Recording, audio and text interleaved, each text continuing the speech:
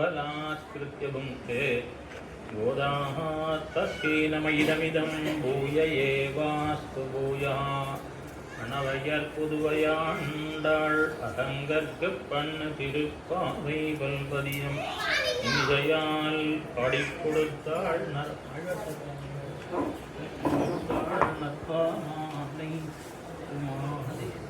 கொடுத்தாளை கொடுத்தற்கொடியே கொள்பாவை பாடியோட வல்ல வளையாய் நாடி நீ வேங்கடவர்க்கென்ன விதி என்ன விம்மாத்தம் நாம் கடவா உண்ணமே நல்கு.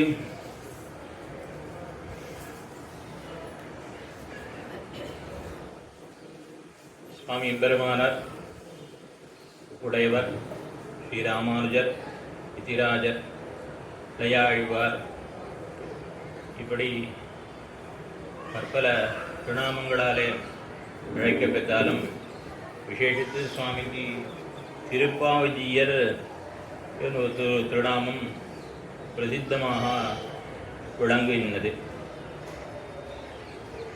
சுவாமிக்கு திருப்பாவையிலே அபரிமிதமான ஈடுபாடு, பட்டருக்கு திருடந்தாண்டகத்திலே ஈடுபாடு, நஞ்சியருக்கு தூவிரிய மலர் உழக்கின்ற திருமொழியிலே ஈடுபாடு.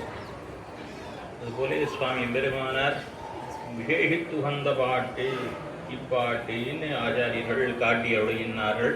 இந்த 18ஆம் பாசுரத்தை சுவாமி நித்தியபடி 7 மாதுகரத்துக்கு எழுந்துள்ளுவர். அதாவது சன்னியாசிகள் அக்னியை தொடக்கூடாது, பிக்ஷை எடுத்து தான் ஜீவிக்க வேணும் என்று சொல்லியிருக்கிறபடினாலே 7 திருமாளிகைகளுக்கு பிக்ஷைக்காக எழுந்துள்ளுவர் சுவாமி. அப்படி சுவாமி பிக்ஷைக்கு எழுந்துள்ளுகிற பொழுது என்ன நடக்கிறது என்பதை எதிராஜ சப்தத்தியிலே வேதாந்த வாசிரியர் தெரிவிக்கின்றார். லிப்சே லக்ஷ்மண யோகினः பதயுகம் தத்யாஹ பராகச்சடா ரக்ஷாரோபண தன்ய சூரி பரிஷத் சீமந்த சீமாந்திகம் பிக்ஷா பர்யடன க்ஷணேஷு பிப்ராஞ்சக்ரே கலத்கில்பிஷா யத்வின்யாசமிஷேன பத்ர மகரி முத்ராம் முத்ராம்பராம். என்ன சுவாமி எம்பெருமானார் திருவரங்கத்து திருவீதிகளிலே பிக்ஷைக்காக எழுந்துள்ளுகிற பொழுது வித்வான்கள் எல்லாம் அவரை பின்தொடர்ந்து வந்து அவருடைய ஸ்ரீபாத தூளி எடுத்து தலையிலே சேர்த்துக் கொள்கின்றார்களாம். அந்த திருவடி தடம் பட்டவிடத்திலே எல்லாம் மகாபுருஷர்களுக்கு இருக்க வேண்டிய லட்சணம் எல்லாம் அவருடைய திருவடியிலே இருக்கின்றதாம். குடை, மீன், கொடி, துவஜம் இதெல்லாம் அவருடைய தாமரை இதெல்லாம் அவருடைய திருவடியிலே அவருடைய அடையாளங்கள்லாம் இருக்கிறபடினாலே அந்த திருவடி தடத்தை பதிக்கிற இடங்களெல்லாம் இந்த மணலில் இந்த பதிகின்றதாம் இந்த அடையாளங்கள் எல்லாம். ஆகையினாலே அடியார்கள் எல்லாம் இதை எடுத்து தலையில் சேர்த்து கொள்கிறார்கள் என்ன இந்த ஸ்லோகத்திலே அனுபவிக்கிறார் வேதாந்தாச்சாரியர். இவ்விடத்திலே பெரியோர்கள் என்ன கேள்வி கேட்கிறார்கள் என்றால், யதிகள் பிக்ஷைக்கு எழுந்தருளுகிற பொழுது பாதரட்சையோடு தான் பாதுகை அணிந்து கொண்டுதான் செல்ல வேண்டும் என்று யதி தர்ம சமுச்சயத்தில் இருக்கு. சன்னியாசிகள் பிக்ஷைக்கு போகிற பொழுது பாதரட்சையோடு போகணும்னு யதி தர்ம சமுச்சயத்தில் இருக்கு. ஆனால் இவர் பாதரட்சியோடு போகிறது கிடையாது. ஏனென்னால் உயர்ந்த பிரபந்தமான ஆண்டாளுடைய திருப்பாவை அனுசந்தானம் பண்ணிக்கொண்டேதான் இவர் எந்நேரமும் உலாவுவர். ஆகினாலே இவர் பாதுகைகளை அணிந்து கொள்ளாமலே தான் பிக்ஷைக்கு எழுந்துருவர் என்ன பெரியோர்கள் தெரிவிக்கின்றார்கள். அப்படி சுவாமி எழுந்தருளுகிற பொழுது ஒரு சமயம் மாதுகரத்துக்கு எழுந்தருளி வரும்போதன்னி போகும்போதும் ஓதும் போத திருப்பாவை உரையோடுலாவி திரிபவரம் வேதம் வல்ல திருக்கோட்டி நம்பிவனை மெய்ஞான போதமுடையாராங்குரு நாள் உட்காருந்து மதகளித்தில் என்ன மாதுகரத்துக்கு எழுந்தருளுகிற பொழுது ஒரு நாள் நம்பி திருமாளி வாசலிலே வந்தவாறே அவர் உந்து மதகளைத்தன் சிந்தித்து கொண்டு எழுந்தருளினார். ஒரு செந்தாமரை கையால் சிறார் வளை ஒலிப்பா வந்து திறவாய் சொன்ன மாத்திரத்திலே இந்த திருக்கோட்டி நம்பியுடைய திருக்குமாரத்தியான தேவகி பிராட்டியார் அவன் என்ன பண்ண, அன்னமென் நடையாள் தேவகி என்னும் அரும்பெயருடைய ஆரணங்கு தன்னொரு கரத்தால் கந்துகமொன்னு தாங்கியோரு தாமரை கையால் இன்னிசை எதிகட்கிறைவனார் திறவன் இசைத்த சொல் இருமுனம் திறந்தாள். அவர் திறவாய் சொல்லும் பொழுது கரெக்டா கையில ஒரு பந்தோட திறந்தாளாம் தேவகி பிராட்டி. திறந்த உடனே பந்தரம் பணுவல் மறந்தரர் மண்ணில் பதைப்பற ஒடுங்கி விழுந்தார். விழுந்து சேவித்தார் சுவாமி பெருமான நப்பிண்ணையே சாட்சாத் வந்து விட்டாள் என்று விழுந்து சேவித்தாராம். அவள் பதறி ஓடி, ஐயோ ஜீயர் நம்மளை சேவிக்கிறாரே அப்படின்னு பதறி ஓடி உள்ளே போய் நம்பியிடத்தை தெரிவிக்கிறார். என்னிவ மகளார் எம்பிட நம்பி இன்பமுற்றிருந்திளையாழ்வீர். உள்ளே சுவாமி எம்பெருமான உள்ளே எழுந்தொழுகிறார். நம்பி கேட்கிறார் அவரிடத்தை, இளையாழ்வீர் ஒன்னு சீர் உந்து மதகளிரென்ன ஊதிய பாடலோ சந்தை இன்ன நம்மாசல் தலையுருமளவில் என்ன ஆம் என எழுந்து சென்னுமா மாதுகரம் பரிமாற தேசிக குன்னையும் வணங்கி. இங்கே உள்ளே எழுந்தொழுவது உந்து மதகளை அளித்த அனுசந்தானமோன்னு கேட்க ஆம்னு சொன்னாராம். அப்படியாக அந்த சுவாமி திருப்ப எப்பொழுதுமே திருப்பாவை அனுசந்தானம் பண்ணி கொண்டிருக்கக்கூடியவர். அன்னைய தினம் நம்பி திருமாலை வாசல்லே உந்து மத கழித்தன் யாதிருச்சிகமாக விண்ணப்பம் செய்த பொழுது திறவாய் சொல்லவும் அவள் செந்தாக மறை கையா தந்தார் விரலின்னு சொன்ன பொழுது அவளும் கரெக்டாக பந்த கையிலே இருந்துன்னு அந்த குமாரத்தையும் கதை திறந்தாள். அதை பார்த்து நப்பெண்ணையாகவே எண்ணி சுவாமி விழுந்து சேவித்தார் என்று இந்த விஷயம் பல கிரந்தங்களிலே சொல்லப்பட்டுள்ளது. இன்னைய தினம் மார்கழி திருவோணம். இந்த மார்கழி திருவோணமானது அடியுடைய பிராச்சாரியருடைய திருநட்சத்திரம், புத்தூர் சுவாமியுடைய திருத்தகப்பனாருடைய திருநட்சத்திரம். அவர் ஒரு விசாரம் பண்ணி இது பெரிய நம்பி திருமாளியில் நடந்ததா திருக்கோட்டி நம்பி திருமாளியில் நடந்ததா என்ன ஒரு விசாரம் பண்ணி இது திருக்கோட்டி நம்பி திருமாளியில் தான் நடந்து என்ன முன்புள்ள ஆச்சாரியர்கள்லாம் சொல்லியிருக்கா. அதாவது எங்கே நடந்தாலும் நமக்கு ஒன்றும் அதில் ஒன்றும் நமக்கு ஒரு இது கிடையாது, எதுவாக இருந்தாலும் உத்தேசம்தான் நமக்கு. ஆனாலும் நம்பிள்ள முதலான ஆச்சாரியர்கள் திருக்கோட்டி நம்பி திருமாளின்னு சொல்லியிருக்கா. மணவாள மாமன்களுக்கு பிற்பட்டவர்கள் தான் பெரிய நம்பி திருமாளின்னு சொல்லியிருக்கார். ரொம்ப காலத்தில் பிற்பட்டவர்கள் சொன்னதுன்னு சுவாமி காட்டியிருக்கார். சுவாமியோட எங்கள் சுவாமியுமே அதை காட்டியிருக்கார். அதனால எங்கே நடந்தாலும் நமக்கு அதை பற்றி விஷயம் பெருமானார் உகந்த பாட்டு எங்கே நடந்தாலும் ரெண்டு இடத்துல நடந்தாலுமே நமக்கு ஒன்றும் இல்லை. ஆனாலும் பிராச்சீன கிரந்தங்களிலே சொல்லப்பட்டது நம்பிள்ளை சாதித்திருக்கிறதுங்கிறதுனால அதுக்கு ஒரு அந்த என்றைக்குமே பெரியாழ்வா திருமொழி வியாக்கியானத்தில் மாமனிகள் பெரியாழ்வா திருமொழி பாசனங்களுக்கு ரெண்டு விதமான அர்த்தம் சொன்னால் இது நம்பிள்ளை காட்டின அர்த்தம், அதனால் அது முக்கியமாக கொள்ளணும்னு முடிப்பார். அதனால் நம்பிள்ளை சொன்னாருங்கிறதுனால அது திருக்கோட்டி நம்பி திருமாளியாகவே இருந்திருக்கணும் என்று தெரிகிறது. அரும்பதத்திலே காட்டப்பட்டது பின்னால் எழுந்ததுனாலே அதை இந்த சுவாமி முக்கியமாக கருதவில்லை. அதனால் அது கூடாதுன்னு ஒன்றும் இது கிடையாது. எப்படி இருந்தாலும் எம்பெருமான விசேஷத்து வந்த பாசுரம்.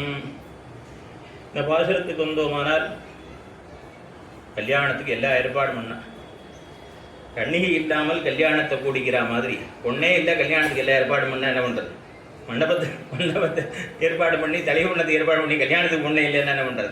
அது மாதிரி எல்லாரையும் அழிப்பிண்டே வந்தால் வழிபோகலாம் அழுப்புற மாதிரி எல்லாரையும் வழிபோகாரெல்லாம் எழுப்புற மாதிரி திருவாசல் காக்கும் முதலில் முன்னிட்டு வாழை முன்னிட்டு எல்லாரையும் எழுப்பி 15 பேர் முன்னிட்டு வந்த பிறகு எதை மறந்துட்டா? நப்பின்ன பிராட்டி முன்னிட மறந்தார்கள் இவர்கள்.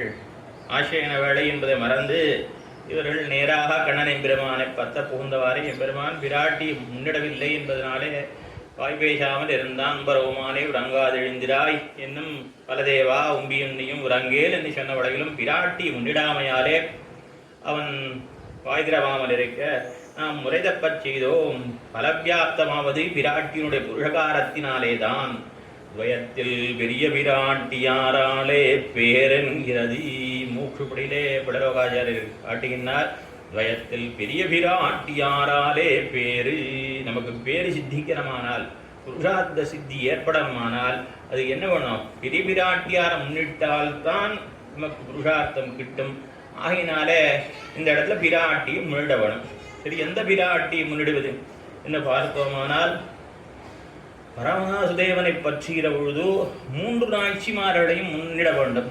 கூந்தல் மலர் மங்கைக்கும் மண்மடந்தைக்கும் குலவாயர் கொழுந்துக்கும் கழ்வன் தன்னை என்ன 3 நாய்ச்சிமார்களையும் முன்னிட வேண்டும். சிவை குண்டநாதரை பற்றுகின்ற போது வியூகமாசுதேவனான க்ஷீணாப்திநாதன் திருப்பார்கடல் எம்பெருமானை பற்றுகின்ற பொழுது சந்தனிமென் முலமலராள் தரணி மங்கை தாமிருவரடிவருடன் தன்மையானை என்னை இரண்டு நாச்சிமார்களை சீதேவி நாச்சியாரும் பூதேவி நாச்சியாரும் முன்னிட வேண்டும் வியூகமாசுதேவனை பற்றுகிற பொழுது. அதற்கு பிறகு சக்கரவர்த்தி திருமகனை பற்றுகிற பொழுது பிராட்டி சீதா பிராட்டியும் முன்னிட வேண்டும். வராகநாயனாரை பற்றுகிற பொழுது பூமி பிராட்டியும் முன்னிட வேண்டும். இந்த கிருஷ்ணாவதாரத்திலே மற்ற ஸ்தலங்களிலே ருக்மிணி பிராட்டி சத்யவா பிராட்டின்னு தான் பார்க்கிறோம். ஆனாலும் ஆழ்வார்கள் நூற்றுக்கணக்கான இடங்களிலே நப்பிண்ணைத்தான் கொண்டாடி இருக்கின்றார்கள். ருக்மிணி பிராட்டிக்கு 4000 பாசுரங்களே ஒரு 4 பாசுரம் பாடியிருக்கார். நப்பிண்ணைக்கு 100 பாசுரத்துக்கு மேலே பாடியிருக்கார். அதனால நப்பின்ன பிராட்டி தான் பிரதான மகிழ்ச்சி என்று நம்முடைய ஆச்சாரியர்கள் அறுதியிட்டிருக்கிறார்கள். நப்பின்னையும் முன்னிட வேண்டும் இந்த கிருஷ்ணாவதாரத்திலே. அப்படி பிராட்டி முன்னிட்டால்தான் இவர்களுக்கு பேரு கிட்டும். யாருக்கா இருந்தாலும் சரி, அவளுக்கு இல்லை நமக்கா இருந்தாலும் யாருக்கா இருந்தாலும் அப்படிதான். சரி, எம்பெருமானை பற்றுகிற பொழுது பிராட்டி முன்னிட வேண்டியிருக்கிறது, புருஷகாரமாக பற்ற வேண்டியிருக்கிறது. சரி, பிராட்டியை பற்றுகிற பொழுது அதற்கும் ஒரு புருஷகாரம் தேவையா அப்படின்னு கேட்டால், நீரிலே நெருப்பு கிளறுமா போலே குளிர்ந்த திருவுள்ளத்துடனான எம்பெருமான் அவனுக்கு சில சமயங்களில் சீற்றம் உண்டாகும். நம்முடைய பாப்பங்களை பார்த்து அவனுக்கு நம்மிடத்துல கோபம் உண்டாகும்.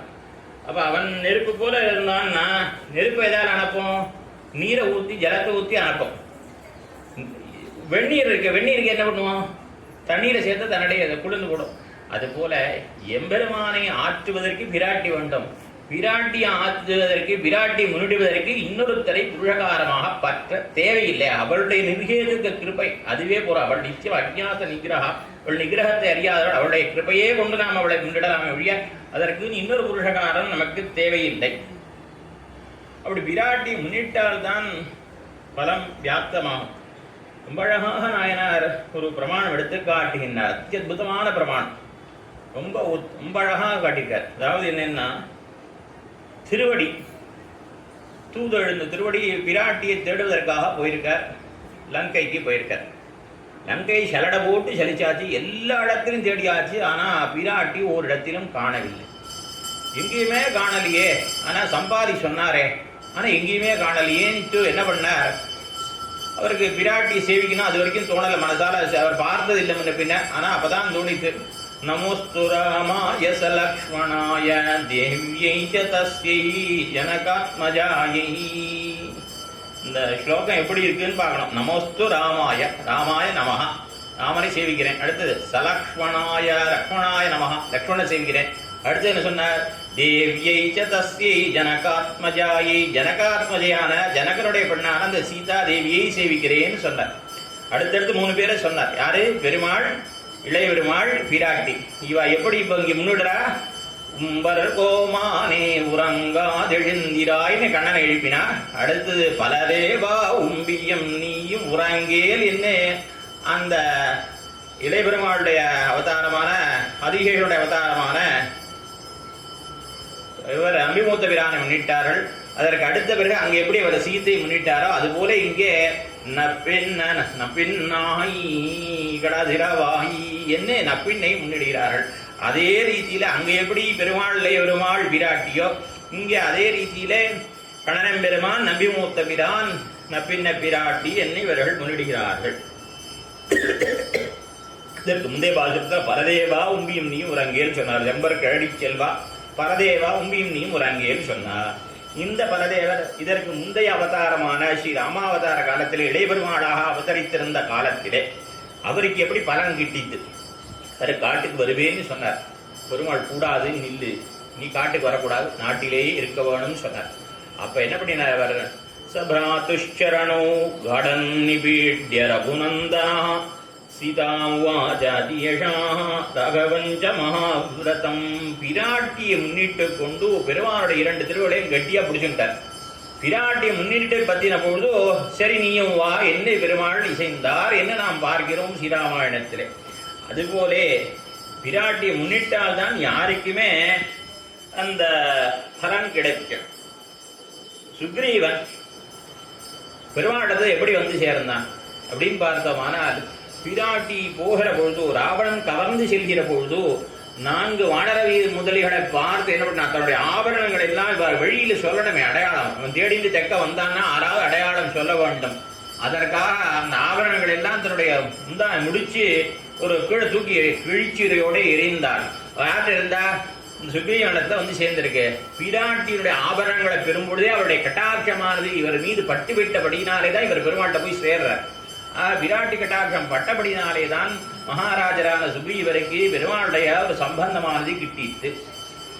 சரி, அதுக்கு முன்னாடியே திருவடியான ஹனுமான் போய் சந்தித்தாரே என்னால், ஹனுமான் பெருமாளை முதல்ல போய் பார்க்கிற, அவருடைய வீரத்திற்கும் அழகுக்கும் தோத்திருந்தார். அதே ஹனுமான் பிராட்டி இடத்துல போன பொழுது சிம்சுபா விருட்சத்தின் மேல இருக்கார். அப்ப ராவணனுக்கு சீதை பலபடியாக உபதேசங்களை பண்ணுகிறார். அந்த உபதேசங்கள்லாம் கேட்ட பிறகு ஹனுமான் எப்படி ஆயிட்டாரா, சீதா மாஷித்ய தேஜஸ்வி. அவளுக்கு சீதை இடத்துல போய் அவள் வார்த்தையை கேட்ட பிறகுதான் இவருக்கு தேஜஸ் உண்டாச்சு. அதற்கு முன்னாடி சீதை கேட்டா நீ யாருன்னு கேட்ட பொழுது என்ன சொன்னார், தூதோ ராமஸ்ய, ராமனுடைய தூதுவன்னு சொன்னார். ஆனா அதே ராவணன்ட்ட போய் சொல்ற பொழுது தாசோகம் கோசலேந்திரஸ்யா, நான் கோசலேந்திரனான கோசல தேசத்து அதிபதியான ராமனுக்கு அடிமைன்னு சொன்னார். இந்த ஞானம் எப்ப உண்டாச்சு அவருக்கு, விராட்டிகிட்ட பேசின பிறகுதான், விராட்டி கட்டாட்சம் பட்ட பிறகுதான் ஞானம் உண்டாச்சு. ஆகினால விராட்டி சம்பந்தமானது அதுதான் பரவத்தாக அமையும். இது விராட்டியுடைய சந்நிதி இருந்தால் எப்பேற்பட்ட அபராதங்களை குற்றங்களை செய்தவர்களும் வாழ்ந்து போய்விடுவார்கள். ஆனால் விராட்டி முன்னிலை இல்லாமல் போனால் யாருக்குமே தண்டனை தான் கிடைக்கும். நம்ம அதாவது குற்றம் செய்தவர்கள் அபராதிகளுக்கு. இவள் சந்நிதியாலே காக்கம் தலை பெற்றது, அதில்லாமையாலே ராவணன் முடிந்தான். இவள் சந்நிதியாலே காக்கம் தலை பெற்றது. அவன் என்ன பண்ணினான், விராட்டியுடைய சிறுமையனை தீண்டினான். பெருமாள் கோபம் வந்துருது. கற்றீடதி சரோஷேன பஞ்சவக்ரேன போகினா, என்ன ஆறாத 5 தல நாகத்தோடு விளையாடுறவன் என்று சொல்லி பெருமாள் பிரம்மாஸ்திரத்தை ஈதார். அப்பொழுது இவன் என்ன பண்ணினான், சபித்ராஜ பரித்யக்தா சுரைஷ்ச மஹர்ஷிபிஹி த்ரீன் லோகான் சம்பரிக்ரம்யா.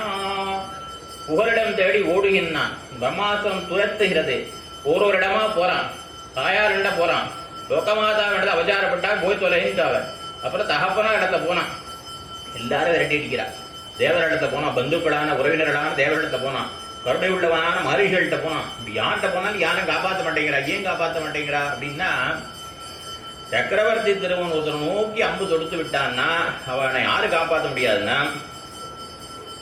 பிரம்மாஸ்வயம்பூஷ்சதுரானனோவாஹ ருத்ரோ மகேந்திரோ சுரநாயகோவா இந்திரோ மகேந்திரோ ருத்ரத்ரிநேத்ர திரிபுராந்தகோவா இந்திரோ மகேந்திரோ சுரநாயகோவா திராதும் ந சக்தா யுதிராமபத்யம். ராமன் யுத்தத்தில் ஒருத்தனை கொள்ளணும் முடிவு பண்ணிவிட்டான்னா அவனை பிரம்மாவால காப்பாற்ற முடியாது, ருத்ரனால காப்பாற்ற முடியாது, இந்திரனால காப்பாற்ற முடியாது, யாராலையும் காப்பாற்ற முடியாது. தெரிஞ்சுக்கோ ராவணான்னு அனுமார் உபதேசம் பண்றாரு அவனுக்கு, ராவணனுக்கு முதல் தடவை போன பொழுது. அப்படி பெருமாளை எதிர்த்து அவர் அம்பு தொடுத்துட்டான்னா ஆறாலையும் அவனை காப்பாற்ற முடியாது. யாராவது குறுக்கால இருந்தா அவா தலை போயிடும். காப்பாத்துறேன் காக்காசுரன் வந்தான்னா அவா தலை போயிடும். ஆயினாலும் ஒருத்தரும் அவனை ஏற்றுக்கொள்ளவில்லை. சுத்தி சுத்தி வந்தான். எத்திசையும் உழன்றோடி இழைத்து விழும் காகம். சுத்தினான், அது மேற்படியில சத்தம் நிபதித்தம் பூமௌ, பூமியில வந்து விழுந்தான், தோப்புன்னு விழுந்தான்.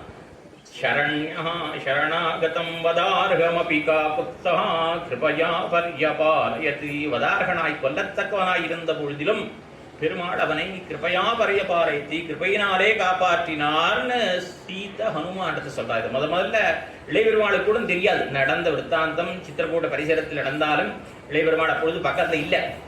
இந்த ரகசியமான இந்த விற்த்தாந்தத்தை பிராட்டி தெரிவிக்கிறா திருவடியிட்ட. இப்படி சொல்ற பொழுது நான் தான் காப்பாத்தினேன்னு சொல்லிக்க கூடாது. நான் தான் செஞ்சேன்னு பெரியவா சொல்லிக்க மாட்டேன். அதனால நம்ம பெருமாள் கருணையினால காப்பாத்தினார்னு சொல்லிவிட்டார். ஆனால் ஆத்ம புராணத்திலே தெரிவிக்கிற பொழுது புரதப்பதிதம் தேவீம் தரண்யாம் வாயசம் ததா தஷிரஃ பாதயோஸ்தஸ்ய யோஜயாமாஸ ஜானகி.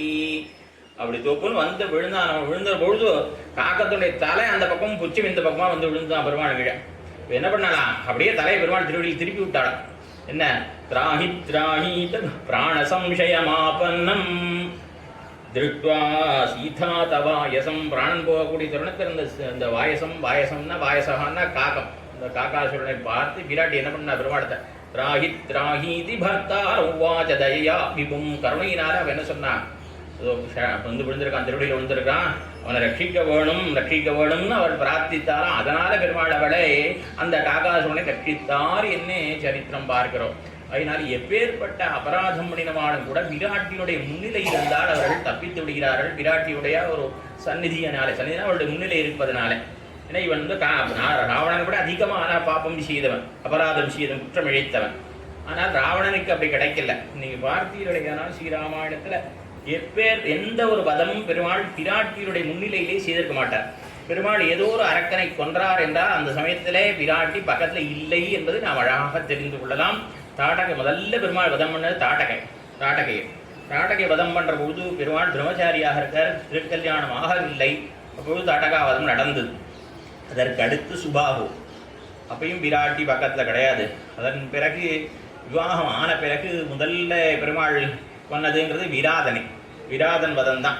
இப்போ விராதன் காட்டிலே இவர்கள் நுழையும் போது, தண்டகவனத்தில் நுழைகிற பொழுது முதல்ல வந்தான் வந்து என்ன பண்ணான், பெரிய உருவத்தோடு கூடிய அவன் பிராட்டி தான் முதல்ல ராவணனை போல கவர்ந்தான். அடுத்து நான் வேகமாக போய் பக்கத்து காட்டை அவளை விட்டுவிட்டு திரும்பி ராமலட்சுமணனை தூக்கின்னு போயிட்டான்.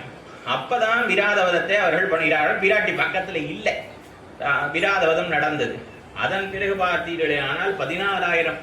அதன் பிறகு சூர்பனக வந்தான். சூர்பனக பிராட்டியோட முன்னிலை இருந்தபடினால அவள் பழைச்சான். பிராட்டி இல்லைன்னா அவளுக்கும் கூட தாட்டகை தான் நடந்திருக்கும்.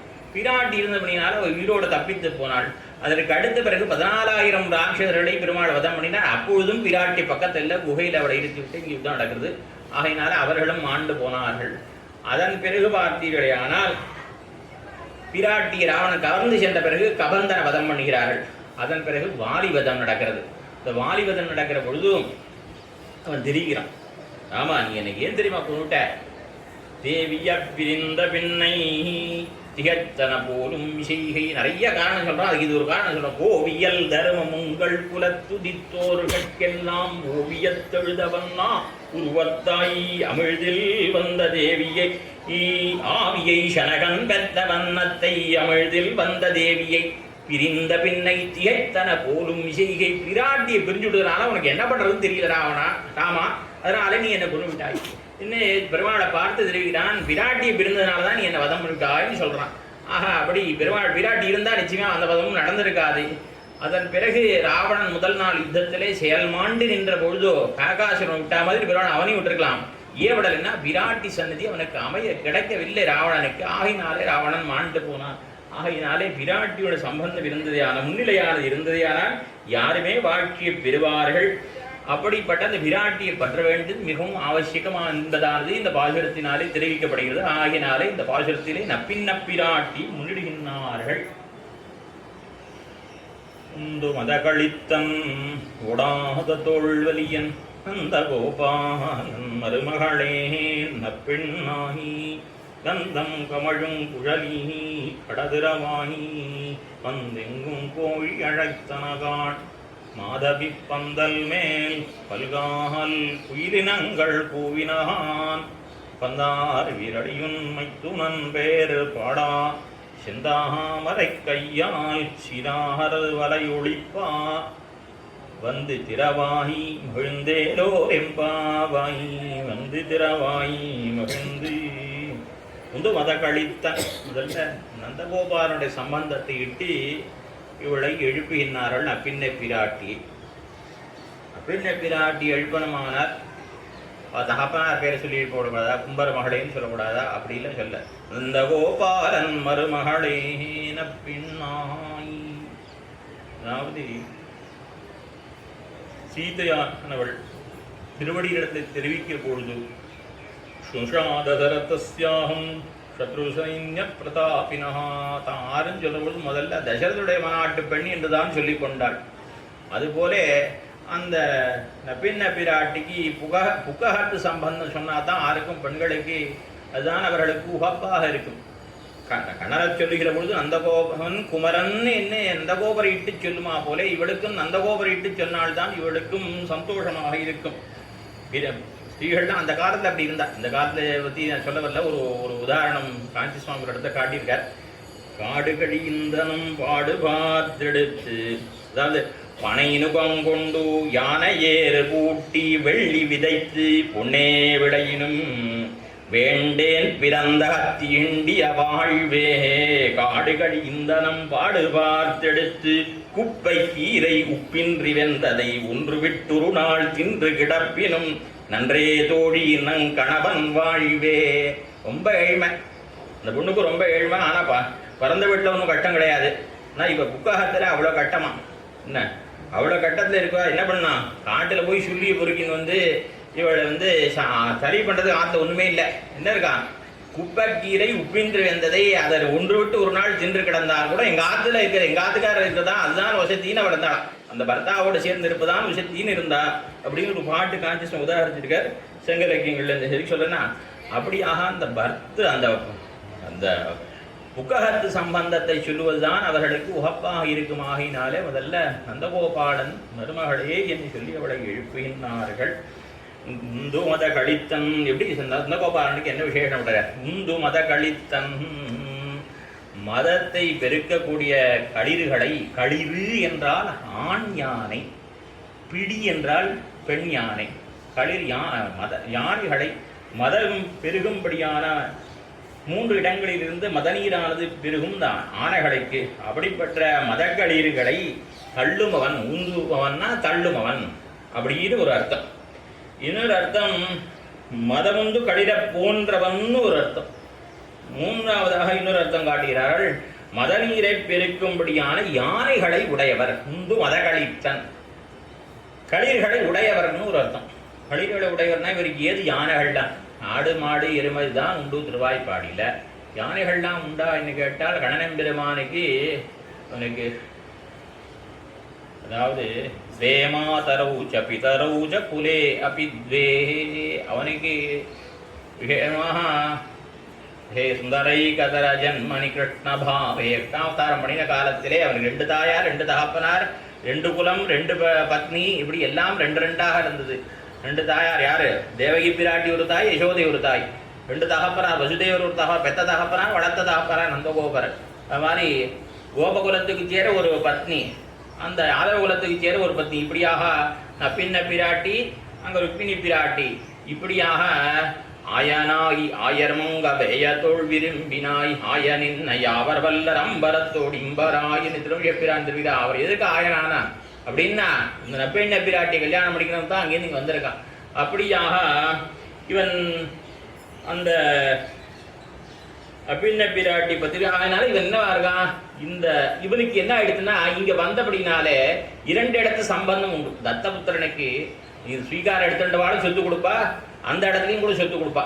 அதனால் பெற்ற ஜனக குடும்பத்து பிறந்த குடும்பத்துலேயும் சொத்து வரும், ஸ்வீகாரம் எடுத்துட்ட குடும்பத்துலேயும் சொத்து வரும். அது போல இவனுக்கு என்ன கிடைச்சதான், கண்ணனம்பெருமானுக்கு வசுதேவருக்கு நிறைய யானைகள் உண்டான். அவர் யாதவ குலத்தை எதிர்குலத்தை சேர்ந்தவர் யானைகள் உண்டோ, அந்த யானைகளும் இவருக்கு விதேயமாக அந்த திருவாய்ப்பாடியிலே சஞ்சரித்துக் கொண்டிருந்தன. ஆகினால அந்த யானைகளை எல்லாம் வடக்கக்கூடியவராக இருந்தார் ஒரு அர்த்தம். அதெல்லாம் விட பார்த்தோமானால் நம்முடைய அழ்வார்கள் காட்டுகிற பொழுது தொடர்கிலிகை சனாரவிலாரென்னத்தூங்கு பொன்மணி ஒளிப்பாப்படுமும் மத புனல் சோர வாரணம் பையனின் ஊர்வது போல், வாரணம் பையனின் ஊர்வது போல். வாரணம்னா யானை, யானை ஊறுவது போல, யானை போல நடப்பன்னு ஆளை சொல்லியிருக்கா. கண்ணன் எம்பெருமானை யசோதை பிராட்டி சொல்லியிருக்கா.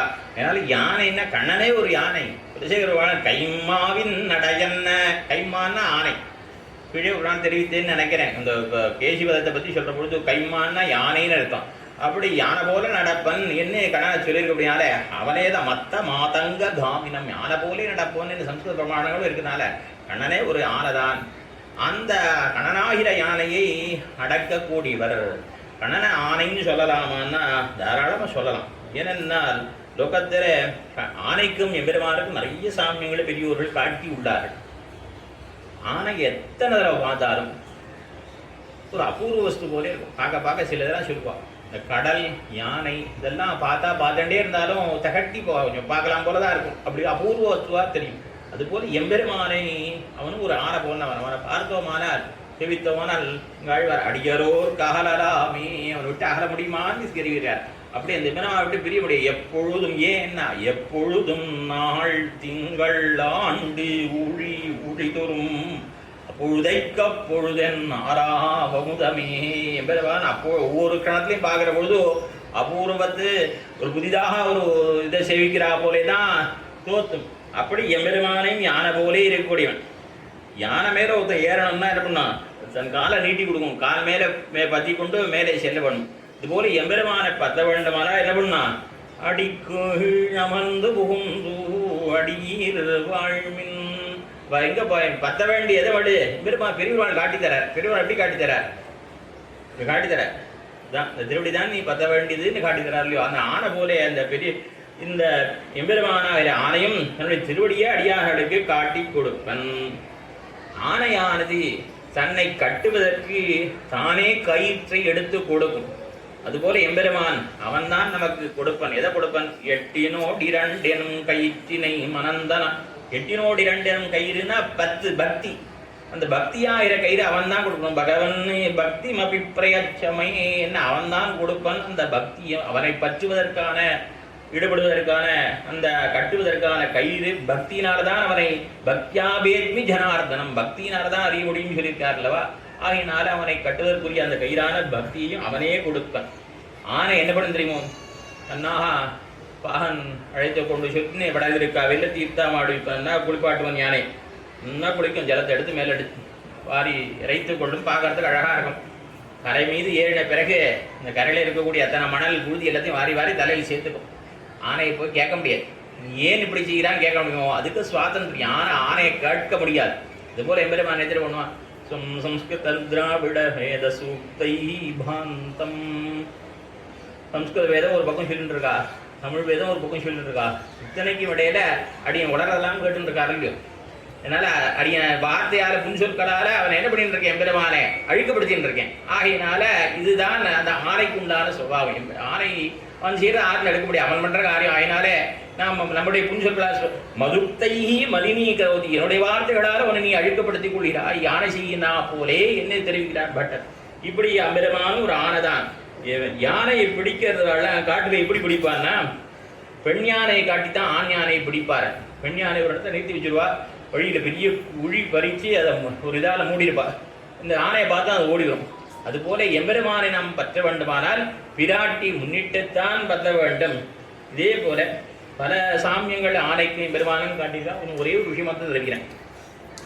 ஆணையுடைய எல்லா செயல்பாடுகளும் தொழில்களும் பாகனிட்ட வழக்காக இருக்கும். பாகன் சொல்றதை கேட்டுதான் நடக்கும். அதுபோல எம்பெருமானும் அடியார்கள் இட்ட வழக்காக இருக்கக்கூடியவன். திருவிழப்பிரான் போனார். திருவெக்காவில் எம்பெருமானை பார்த்து தெரிவித்தார். கணிகண்ணன் போகின்னான் காமருக்கும் கச்சி மணிவண்ணா நீ கிடக்க வண்டா துணி உடைய சென்னா புலவனும் போயின்னேன் நீயுந்தன் பைன்னாக பை சுருட்டிக்கொள். இப்போ கணிகண்ணன் போகிறான் ஊரை விட்டு, ராஜா போக சொல்லிட்டான். அவனோட நானும் போகிறேன், நீயும் உன்னுடைய பாயான அதிகேழு சுருட்டின்னு புறப்படுதுன்னு சொன்ன உடனே பெருமாள் புறப்பட்டேன். திரும்பி வாழா அவள்லாம் அவரிடத்துல க்ஷமாபனம் கேட்டுக்கொண்ட பிறகு அவர் திரும்பி புறப்பட பொழுது, கணிகண்ணன் போக்குழிந்தான் காமரு பூங்கச்சி மணிவண்ணா நீ கிடக்க வேண்டும் துணி உடைய சென்னா புலவனும் போக்குழிந்து நீயும் முந்தன் பைன்னாக பாய் விரித்து கொள்ள. பெருமாள் திரும்பி விரித்துக்கிறார். பாம்பை அதிக நிறுத்தி கொண்டு மாறி சயனித்துக் கொள்கிறார். இப்படியாக அடியார்கள் இட்ட வழக்காக ஆணையானது பாகன் சொன்னதை கேட்டு அடக்குமா போலே இந்த எம்பெருமானும் அடியார்கள் சொல்வேற்று நடக்கக்கூடியவன். ஆகினால் எம்பெருமானே ஒரு ஆணை. அப்படிப்பட்ட ஆணையும் அடக்கக்கூடியவனாக இருந்தபடினாலே மதம் உந்து கழித்தன் என்ன உந்து மத கழித்தன் என்ன யானையும் அடக்கக்கூடியவராக இருக்கிறார் நந்தகோபாலர். அவருடைய மிடுக்கு எப்படி இருக்குன்னா, உந்து மத கழித்தன் உடாத தோல் வலியன். உடாத தோல் வலியன்னா நாட்டிலே எங்கும் காணாத தோல் வலிமை மிடுக்கை உடையவர். ஓடாத தோல் வலியன் என்ன, யுத்தத்திலே புறமுதுகு காட்டி ஓடாதவர்கள். இந்த கத்திரிய ராஜாக்களை எப்படி இருக்கணும்னா தெரிவிக்கிற பொழுது கீதையிலே யுத்தேச்சாப்யபலாயனம், யுத்தத்திற்காரா வந்தால் புறமுதுகு காட்டி ஓடக்கூடாதுன்னு சொல்கிறார். அது அவர்களுக்கு ஒரு இலக்கணமாக சொல்லப்படுகிறது. அப்படிதான் இவர் இருந்தாராம். ஒரு நாள் புறமுதுகு காட்டி ஓடக்கூடியவர் அல்லர். சில பேர்லாம் புறமுதுகு காட்டி ஓடி இருக்கா. யாரு, நேரிசரிந்தான் கொடி கோழி கொண்டான் நேரிசரிந்தான் எரிய மணலோன் நெரிசெறிந்தான் முக்கன் மூர்த்தி கண்டீர். ஓடிப்போறா பானாசுரி. இந்த காலத்து சில பேர்லாம் ஓடிப்போறா, புறமுது காட்டி ஓடிப்போறா. ஆறாரு கொடி கோடி கொண்டான் சுப்பிரமணியன் ஓடி போறான். 49 அக்னிகளும் ஓடி போறா. அப்புறம் தான் ஆறுன்னு தெரிஞ்சக்கூடாதுங்கிறதா எச்சியில் கையை வச்சுன்னு ஒருத்தர் ஓடி போறாரு. குடுன்னு பின்னாடி புறமுது காட்டி ஓடினார். அந்த மாதிரி தான் இல்லாமல் புறமுது காட்டி ஓடாதவன், அதனால ஓடாத தோல்வலியன். அதாவது இந்த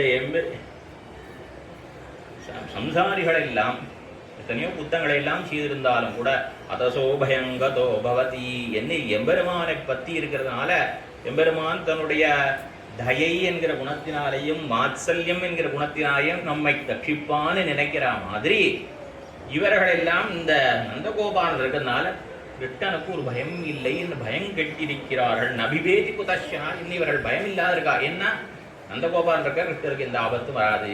கம்சனுடைய மாளிகைக்கு பக்கத்திலே இருந்தாலும் இவர் ரட்சிப்பர், ஆகினாலே நமக்கு கவலை இல்லை என்று இருக்கிறார்கள். பிராட்டியானவள் சீதா பிராட்டியானவள் நாகாரயதி சந்திராசம் பாஹூ ராமஸ்ய சம்சிதா. ராமனுடைய தோல் நிழலை பற்றி கொண்டிருந்தபடினாலே காட்டிலே எந்த விலங்கையும் கண்டு அவள் பயந்ததில்லைன்னர் வால்மீகி. அதே கம்பன் இருக்கிற பொழுது கருப்பேந்திர முதலாயின கண்டாள் இடர் காணாள். கர்ப்பேந்திரம்னு பேரு, சிம்மத்தே சாப்பிடக்கூடிய ஜந்து. அதை பார்த்தா கூட சீத்தை பயப்பட மாட்டாளே. என்ன ராமனை பற்றி இருக்கிற ராமனுடைய தோல் வலிமையை பற்றி இருக்கிறபடினாலே. அப்படிப்பட்ட தோல் வலிமையான எம்பெருமான் கண்ணனுக்கு இருக்குன்னா இங்கே பார்த்தா நந்தகோபருக்கு பிள்ளையா பிறந்தனாலே அவனுக்கு அவ்வளோ ஒரு தோல் வலிமையுடையவனாக கண்ணன் மிடுக்கனாக இருக்கிறான். நந்தகோபருடைய பிள்ளையாக பிறந்தபடினாலேயே இவன் அங்க ஆணையை கொன்றான். ஏன்னா நந்தகோபாலன் யானைகளை எல்லாம் அவலீலையாக விளையாட்டாக தள்ளக்கூடிய அளவுக்கு பலசாலியாக இருந்தார், பலிஷ்டராக இருந்தார். அவருக்கு பிள்ளையாக பிறந்தபடினாலேயே கண்ணனின் பெருமான் கோலையாபிடம் என்கிற யானையை நிரசித்தான் என்று தெரிவிக்கிறார்கள். அப்படியாக இந்த இந்துமதகளைத்தான் ஓடாத தோல்வலியன் என்று இவனுடைய தோல் வலிமையை அனுசந்திக்கிறார்கள். லோகத்தில் மற்ற பேரெல்லாம் பார்த்தோமே, ஆனால் மற்ற பேரா என்ன பின்னதன் காதலன் தன் பெருந்தோல் நலம் பேணினலாள். இவாளை தவிர்த்து மற்ற பேர்லாம் அந்த ஊர்ல கண்ணனுடைய தோல் வலிமையில் ஈடுபட்டிருக்கிறார்கள். கண்ணன் யாருடைய தோல் அழகில் ஈடுபட்டிருக்கான்னா பின்ன நெடும் பனைத்தோள் நப்பின்ன பிராட்டினுடைய தோல் அழகில் ஈடுபட்டிருக்கிறான் கண்ணன். கண்ணனுடைய தோல் அழகிலே பல பேர் ஈடுபட்டிருக்கா. ஆனா இவன் ஆற சொல்றான்னா ஓடாத தோல்வலியன். ஏன்னா இந்த மிதுனத்துக்கு ரட்சை இருக்கிறது. இவா ரெண்டு பேரையும் ரட்சிக்கிறதுக்கு கண்ணனையும் நப்பின்ன பிராட்டியும் இவருடைய தோல் வலிமையினாலே ரட்சிக்கப்படுகிறபடினாலே இந்த கோபிமார்கள் நந்தகோபாலனுடைய தோல் வலிமையை கொண்டாடுகின்றார்கள். என்னை காட்டுகின்றார் ஓடாத தோல்வலியன் நந்தகோபாலன் மருமகளே. நந்தகோபாலன் மருமகளேன்னா பதிலே சொல்லலை. பின்ன உள்ளே இருந்து ஒரு வாரம் இல்லை. இந்த ஊர்ல நந்தகோபாலனுக்கு மருமகள் அல்லாதவர் ஆறு நம்புங்களின் நீங்களாக. அதாவது புருஷர்களும் கிழநாரிகளும் தவிர இது எல்லாருமே கண்ணனுக்கு மறுவாழான்னு சொல்லலாம். கண்ணன் பிறந்த பிறகு ஆகினால் நம்ம தான் கூப்பிட்றான், ஏன் நாமளா வாய் திறந்து பதில் சொல்லுவானே பேசாமல் இருந்துட்டான் என்ன. அதனால உடனே என்ன பண்ணா அவள் பேரை சொல்லி கூப்பிடுகின்றார்கள். என்ன நப்பெண்ணாய் நந்தகோபாலன் மருமகளே நப்பின்னா. அதுக்கு முன்னாடி நந்தகோபாலனையும் சொல்றாளே. நந்தகோபாலன் அத்தனை மேன்மை படைத்தவராக வலிமை படைத்தவராக இருந்தா கூட பேரு சொல்லி கூப்பிடக்கூடிய அளவுக்கு அத்தனை எளியவராகவும் இருந்திருக்க. அப்படிப்பட்ட நந்தகோபாலன் அவளுடைய மருமகளையும் சொல்லி இவளை நப்பின்னாய் பெயரை சுட்டி அழைக்கிறார்கள். நப்பின்னை அவள் தான் கும்பருடைய மகள். யசோதைக்கு ஒரு சகோதரர் இருந்தார், அவர் கும்பரர் என்னை பேரு. அவருக்கும் நர்மதை என்பவளுக்கும் 2 குழந்தைகள். ஒருத்தன் சீதாமா, இன்னொருத்தன் இந்த நீலா என்கிற இவள். இந்த நீலா என்பவள் தான் இவளை விவாகம் பண்ணிக்கொள்வதற்கு அந்த ஊரிலே அடக்க முடியாத 7 எருதுகள் இருந்தது. அந்த 7 காளைகளையும் யார் அடக்குகின்றார்களோ அசுராவிட்டமாக இருந்தபடினாலே அதை யார் அடக்குகிறார்களோ அவர்களுக்குத்தான் என் பண்ணை கொடுப்பேன் என்று அவர் அறிவித்திருந்தார். கண்ணன் பெருமான் போய் அந்த அவற்றை நிரசித்து நப்பின்ன பிராட்டிய மனந்தான். கோபவாயாள் புருட்டு ஏத்தின் இருத்தாய். கோபவாயாள் பொருட்டு கோவைப்பழம் போன்ற வாயுடையவளான் நப்பின்ன பிராட்டியின் பொருட்டு அந்த எருதுகளை எல்லாம் நிரசித்தானம் எம்பெருவான். நப்பின்ன பிராட்டி அப்படி மணந்து கொண்டானவன். அந்த நப்பின்னாய் என்று சொல்லி அவளை எழுப்புகின்றார்கள். நந்தகோபாலன் மருமகளே நப்பின்னாய் அப்படி சொல்லியும் கூட அவள் வாய் திறக்கவில்லை. உடனே நாம் இங்கே இல்லைன்னு நினச்சிக்கிட்டான் இவான்னு அவன் நினைச்சா. அவள் சொல்லிட்டா கந்தம் கமழும் குழலி. நீ உள்ளே இருக்கிறது எங்களுக்கு தெரியக்கூடாதுன்னு நினைக்கிறாய். ஆனாலும் கூட உன்னுடையதான அந்த நறுமணம் இருக்கே, குழல்களிலிருந்து குடியிலிருந்து பிரவகிக்கக்கூடிய அந்த வாசனை வீசுறது, அந்த வாசனை நீ மறைக்க முடியாது. சர்வகந்தகான்னு சொல்லக்கூடிய எம்பெருமானுக்கும் கூட பரிமளத்தை கொடுக்கும்படியான திருக்குழல் உனக்கு இருக்கு. வாசப்பூங்குழல் பின்னதோள்கள் மணந்ததுன்னு ஆழ்வாரும் சொல்லியிருக்காரு. வாசப்பூங்குழல் பின்னதோள்கள், அந்த பின்னையினுடைய குழல் எப்படிப்பட்டதான் நறுமணம் மிக்க குழல். அந்த காட்டி தரது நீ இல்லைன்னு, நீ இங்கே இல்லைன்னு நாங்கள் நினைக்கிறேன். பின்னாய் நீ இருக்கிறது எங்களுக்கு தெரியக்கூடாதுன்னு நினைக்கிறாய். ஆனால் உன்னுடைய குழலிலிருந்து புறப்படக்கூடியதான நறுமணமானது எங்களுக்கு உன்னுடைய இருப்பை காட்டி தருகின்றது. பின்னாய் நந்தம் கமழும் குழலி கடத்திரவாய், நீ இந்த கதவை திறந்துள்ள போகணும்னு கேட்கிறார். அவ என்ன நினைச்சா, இவாள்லாம் மலரிட்டு நாம் முடியோம் என்று சொல்லி இந்த விரத காலத்திலே புஷ்பம் வைத்துக் கொள்ளவில்லைங்கிற உறுதியோடு இருக்கா. இப்படி இருக்கிற காலத்துல நாம மாத்திரம் பூ வச்சுட்டு இருக்கோம், அவ நம்மளை குத்தி பேசுறா. ஆகையினாலே இவர்களுக்கு நாம் இன்னும் வாழ்த்திடக்கூடாதுன்னு அவள் அமைதியாகவே இருந்தாள். இவ என்ன அபிப்பிராயம், நீ மாத்திரம் புஷ்பத்தை சூட்டி கொண்டிருக்கிறாய், எங்களுக்கும் எங்களுடைய புஷ்பம் இது அமரர் சென்னி பூ, அமரர் சென்னி பூவான கண்ணன் பெருமான எங்களுக்கும் தரவாண்டாவோ என்று அவர்கள் கற்கின்றார்கள். சரி, போது விடிய வேண்டாவோ, நீங்க நடுநிசையில எழுப்புறே, பொழுது விடிய வேண்டாவோன்னு கேட்க, கோழி அழைத்தனகான், கோழி கூறதேமா, கோழி கூற ஏதோ ஒரு கோழி எங்கேயாவது ஒரு இடத்துல போயிருக்கோம், அது பொழுது விடுந்தது அடையாளமாகுமா? எங்கும் கோழி அழைத்தனகான், எல்லா இடத்துலையும் கோழி கூறுறது. இதுதான் சாம கோழிகளா இருக்கும். சாம கோழி ஏதோ அப்போ போகிறது போயிட்டு திரும்பி தூங்கி போனது, அதை வைத்து கொண்டு நாம் நிர்ணயம் பண்ண முடியாது. ஆகையினாலே அப்படின்னு சொன்ன பொழுது எங்கும் கோழி அழைத்தனகான், எல்லா இடத்திலேயும் கோழிகள் கூட்டமாக கூவின என்று தெரிவிக்கிறார். இந்த கோழி அழைத்தது இவள் அடையாளமாக சொல்லலாமா?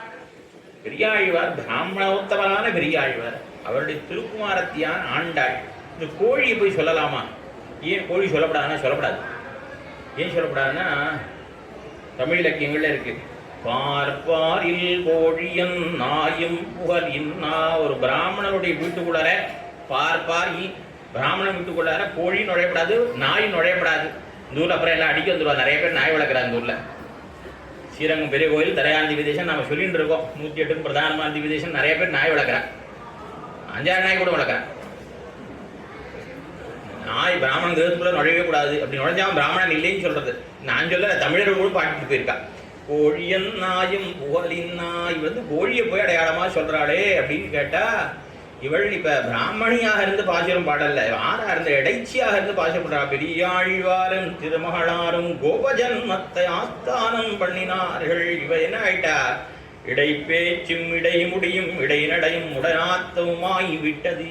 இவள் சாட்சாத்து கோபிகையாக இருந்து பாசுரம் பாடுறாள். இவள் ஆய்ச்சிய இடைச்சியாக இருந்து பாசுரம் பாடுறதுனால அவர்களுக்கு சொல்லலாம். ஆகினாலே சொல்லுகின்றார்கள். கோழி அழைத்தனகான், உனக்கு என்னமா கவலை? கோழி அழைத்தாலும் ஊர்ல இருக்க அத்தனை கோழியும் எங்கும் கோழி அழைத்தாலும் நீ தூங்கிட்டு இருக்க. எங்களுக்கு தான் கோழி கூவினாலே எங்களுக்கு தான் வயிறு எரியுது. ஏன்?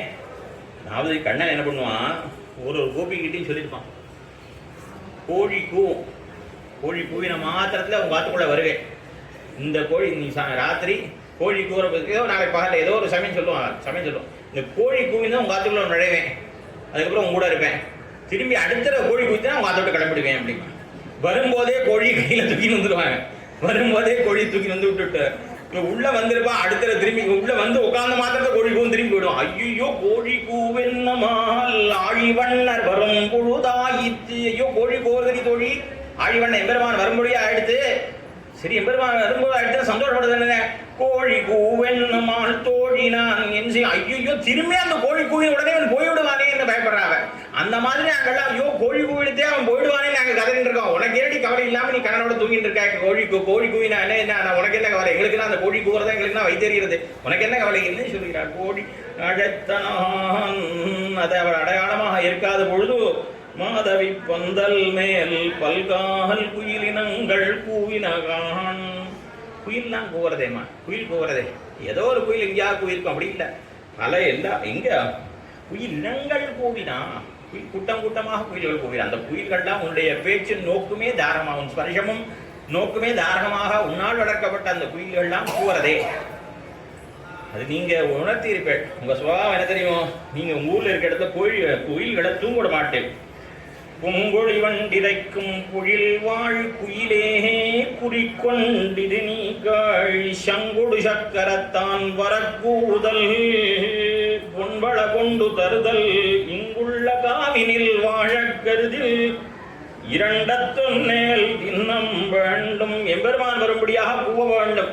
இந்த இந்த இந்த சோலையில நீங்க இருக்கணும்னா பெருமாள் வரும்படியாக கூவணும். நீங்க அப்பதான் இந்த சோலையில் இருக்க முடியும். இல்லாட்டி இந்த சோலையில் இருக்க விட மாட்டேன் என்னெல்லாம் தெரிவிக்கிறவா நீங்க.